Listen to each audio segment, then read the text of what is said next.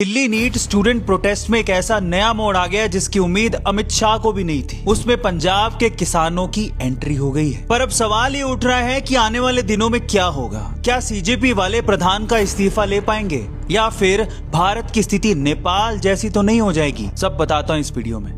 इस प्रोटेस्ट में आगे क्या होगा उससे पहले एक छोटी सी खबर है जिसे जानना बड़ा जरूरी है। सीजेपी ने अपने स्पोक्स पर्सन विजेता दहिया को बाहर का रास्ता दिखा दिया है। पर विजेता दहिया के रीसेंट वीडियो से ऐसा क्यों लग रहा है कि वो खुद ही इस प्रोटेस्ट को छोड़ना चाहते थे, क्योंकि उन्हें ये पता है कि ये प्रोटेस्ट किस डायरेक्शन में जा रहा है। अब इस प्रोटेस्ट में आगे क्या होने वाला है उसकी पहली प्रेडिक्शन सुनो। सरकार और छात्रों के बीच में टकराव बढ़ेगा और ये आंदोलन और लंबा चल सकता है क्योंकि इसमें पंजाब के किसानों की एंट्री हो गई है। सरकार कहेगी कि ये राजनीतिक तौर पर प्रेरित आंदोलन है, इसलिए प्रधान इस्तीफा नहीं देंगे। और शिक्षा मंत्री धर्मेंद्र प्रधान का इस्तीफा इसलिए भी मुमकिन नहीं है क्योंकि इस्तीफे नैतिक दबाव में नहीं दिए जाते बल्कि राजनीतिक नफे नुकसान से तय होते हैं। और अगर इस आंदोलन का दबाव चुनावी गणित को प्रभावित करने लगा तभी सत्ता के गलियारों में हलचल होगी और तभी शिक्षा मंत्री का इस्तीफा आएगा। ये याद रख लेना, क्योंकि अब ये सबको पता है कि धर्मेंद्र प्रधान उड़ीसा की राजनीति के पॉइंट ऑफ व्यू से बीजेपी के लिए बहुत इंपॉर्टेंट है। लेकिन अगर राष्ट्रीय स्तर पर बीजेपी की राजनीतिक छवि को नुकसान हुआ